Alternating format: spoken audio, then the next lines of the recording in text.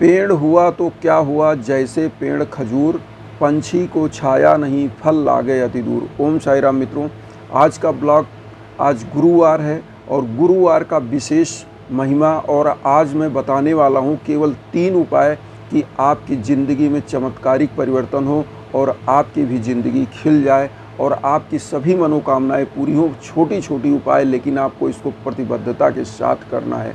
जैसे मित्रों, आपको करना क्या है, आप कहीं से भी कुछ भी लेके आते हो, कमाते हो, खाते हो, तो आप 1 कटोरी चावल साईं बाबा के निमित्त किसी गरीब के लिए निकाल सकते हो। और ये क्यों मैं निकालने के लिए कह रहा हूँ, क्योंकि आप जब अपने घर से 1 कटोरी चावल ले जाते हो, तो अब मैं आपको बताऊँ कि जब घर में पूरी निगेटिविटी 3 चीज़ों में होती है। पहला नंबर तो आपका जो घर बना हुआ है, ये दीवारें, ये छत, और दूसरा नंबर आपका मिट्टी, और तीसरा नंबर होता है अन्न।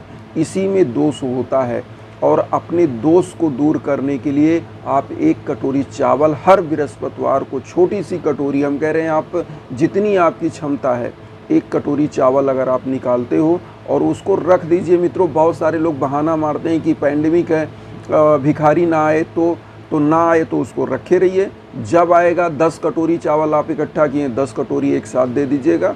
तो यहाँ पर सबसे बड़ी चीज़ है, प्रतिबद्धता के साथ आपको उसको दान करना ही करना है, ना का कोई गुंजाइश नहीं। क्योंकि बहुत सारे लोगों का क्वेश्चन आता है कि अगर भिखारी घर पे ना आए तो ये चीज़ नहीं होना चाहिए, क्योंकि आपको दान करना ही करना है। और आपको 1 कटोरी चावल निकालना है बृहस्पतिवार के दिन भिखारियों को दान के लिए, और उसको आप इकट्ठा रख लीजिए। अगर डेली भिखारी नहीं आता है आपके घर पे, तो आप उसको रख दीजिए। आप कहीं भी निकलेंगे, उस चावल को लेके जा कर के जहाँ भी आपको लगे कि कुछ गरीब बैठते हैं, उनको आप दान कर दीजिए। और ये जब आप दान करते हो, तो घर के तीनों दोष, आपके घर का दोष, आपके मिट्टी का दोष, मिट्टी मीन्स होता है जो ज़मीन है, इस मिट्टी में भी दोष होता है, और इस दोष को, और अन्न में दोष होता है। तो ये 3 चीज़ें का जब दोष आपके घर से निकल जाता है, तो आपके घर में कोई आपकी सफलता को रोक नहीं सकता, आपके घर में धन पूत लक्ष्मी की बरकत को कोई रोक नहीं सकता। ये दावा है मेरा। अब यहाँ दूसरा उपाय मैं आप लोगों को बता दूँ। दूसरा उपाय क्या करना है? दूसरा उपाय है दशांश। क्योंकि गुरुवार को अगर दशांश निकाला जाए, जैसे मान लीजिए आपने 1000 रुपये कहीं से कमाया, 1000 रुपये का केवल 100 रुपये आपको निकालना है, और 100 रुपये उन गरीबों, उन वंचितों को आपको दान करना है। आपने सोचा कि मैंने 100 रुपये दे दिया, मेरा तो 1000 में से केवल 900 बचा, लेकिन ऐसा नहीं है। आप 100 रुपये दान करते हो तो 100 लाख रुपये आपको बढ़ जाता है, क्योंकि वो चीज़ आपको दिखता नहीं, वो अदृश्य ऊर्जा है, अदृश्य चीज़ है। वो आपको, आपने 100 दान किया और 100 का बदला 100 लाख आपको मिल गया, केवल आपने 100 रुपये दान किया। तो यहाँ पर जब आप 100 रुपये दान करते हो और आपको 100% मिल रहा है, तो क्यों ना किया जाए। क्योंकि मित्रों, एक चीज़ और बता दें, जिस प्रकार से वृक्ष अपना फल नहीं खाते, नदियाँ अपना स्वयं की जल नहीं पीती, उसी प्रकार से हम मानव हैं। अगर हमारी माँ ने, हमारे पिता ने हमको पैदा किया है, तो समाज के लोग हमारे द्वारा अगर लाभान्वित ना हो, तो हमारा मानव बनना, इंसान बन के पैदा होना कोई मतलब नहीं है। इसलिए मैं कह रहा हूँ, क्योंकि देखिए, अगर आप इस धरा पर हैं, और जो हमारे धर्मों में लिखा गया है, चाहे वो मुस्लिम धर्म हो, मुस्लिम धर्म में 40% दान की बात कही गई है, हिंदू धर्म में 10% की दान कही गई है। इसी तरह से आप पंजाबियों में चले जाइए, वहाँ पे तो परमानेंट लंगर चलता है। गुरुद्वारा साहिब चले जाइए, अमृतसर, कहीं भी, तो पंजाबियों में आपने कभी भिक्षा मांगते हुए लोगों को नहीं देखा होगा। क्यों? क्योंकि उनके अंदर एक कर्मठता आती है, उनके अंदर दान की प्रवृत्ति होती है, और ईश्वर इसीलिए उनको आगे बढ़ाता है।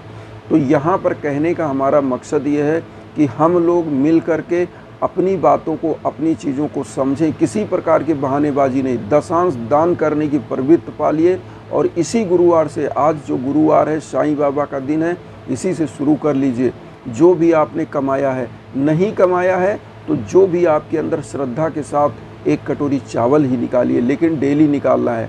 अब तीसरा उपाय मैं आप लोगों को बताने से पहले एक बात बता दूं कि ये बात मैं बता क्यों रहा हूँ, क्योंकि कलयुग में साईं बाबा एक ऐसे संत थे, हमारे गीता में भी लिखा हुआ है, वही चीज़ साईं बाबा ने कहा है। क्या चीज़ गीता में लिखा हुआ है कि नयनम शस्त्रम छिद्राणि नयनम दहति पावका, मतलब ना तो शस्त्र इस आत्मा को काट सकते हैं, ना तो अग्नि इस आत्मा को जला सकती है, ना तो जल इस आत्मा को भिगो सकता है।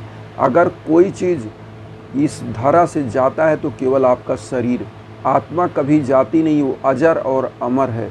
और वही चीज़ साईं बाबा ने कहा है कि मुझे सदा जीवित ही जानो, अनुभव करो सत्य पहचानो। क्योंकि बाबा ने कहा है कि आत्मा मेरी आपके साथ है, आप आज पुकारो, आज अभी पुकारो, आस्था के साथ पुकारो, वहाँ मैं प्रकट हो जाऊँगा। मित्रों, इसी प्रकार की मैं आपको बात बताऊँ, ये मेरी माताजी करती थी। जो मैंने कटोरी चावल की बात करी, दशांश की बात करी, मेरी माताजी एक दान पात्र बनाई थी, मैंने एक बार आपको दिखाया था, हम लोग भी बनाए हुए हैं। तो हुआ क्या कि मेरी माताजी ये चीज़ रखती थी। मेरे यहाँ कुछ लोग ऐसे थे जो देख करके हंसते थे साईं बाबा की पूजा में कि ये तो सब पागल हो गए हैं, साईं बाबा की इतना इस तरह से पूजा करते हैं। मित्रों, मैं बताऊं कि आज वही हंसने वाले मेरे घर आते हैं, मेरी माताजी से पूछते हैं कि साईं बाबा का व्रत करना है, कैसे करूं, मुझे भी करवा दीजिए, मुझे भी बता दीजिए। आज क्यों? क्योंकि उन्होंने मेरे घर पे चमत्कार देखा, हर सुविधा संपन्नता देखा, घर अच्छा बन गया, ट्रैक्टर अच्छा हो गया बड़ा, हमारे पास गाड़ी हो गई 4 पहिए की, सब कुछ हो गया। तो सब लोग देखने लगे कि भाई एक समय था इनके पास इतनी औकात नहीं थी, आज ये कहाँ से हो रहा है। तो ये चीज़ें जब आपके साथ बढ़ती हैं और आपके पास मिलता है तो लोग खुद चमत्कृत होते हैं और देखते हैं। तो यहाँ पर मैं आपसे यही कहना चाहूँगा कि हमेशा प्रतिबद्धता के साथ आपको काम करना है। अब यहाँ तीसरा उपाय जो मैं आपको फाइनल बताने वाला हूँ, ये उपाय क्या है, आपको करना क्या है कि शाम को जो भोजन बनता है, सुबह जो भोजन बनता है, उसमें से एक रोटी निकालिए। किसी भी जानवर को, कुत्ते को, बिल्ली को, गाय को, जिसको आप दे सकिए। ये क्यों मैं बोल रहा हूँ, क्योंकि साईं बाबा खुद जीवों पर दया करते थे और उनको ये चीज़ देते थे। ये देने से क्या होता है, आपके घर में जो निकृष्टतम चीज़ होती है वो समाप्त होती है, घर की निगेटिविटी समाप्त होती है, आपके घर का आय बढ़ जाता है और ये करने से आपका घर अपने आप आगे बढ़ता है। और ये चीज़ करना कोई बहुत बड़ी बात नहीं है। आप खाने से पहले घर में रोटी बनी, एक रोटी निकाल दीजिए। अगर आपके पास गाय है तो गाय को दान कर दीजिए, नहीं है तो कुत्ता तो सबके घर पे पहुंच ही जाता है, उसको दान कर दीजिए। और इस प्रकार से आप लोग अगर करते हैं तो निश्चित रूप से आपकी सभी मनोकामनाएं पूरी होंगी और आपका भी, हमारा भी, सबका उद्देश्य जो एक है, क्योंकि सबका कल्याण। तो इसी के साथ मित्रों, अगर मेरी वीडियो आपको अच्छी लगी हो, आज का ब्लॉग, तो आप लोग अपना आशीर्वाद दीजिएगा, चैनल को सब्सक्राइब करिएगा, लाइक करिएगा और साईं भक्तों तक ज़रूर शेयर करिएगा। इसी के साथ ओम साईं राम।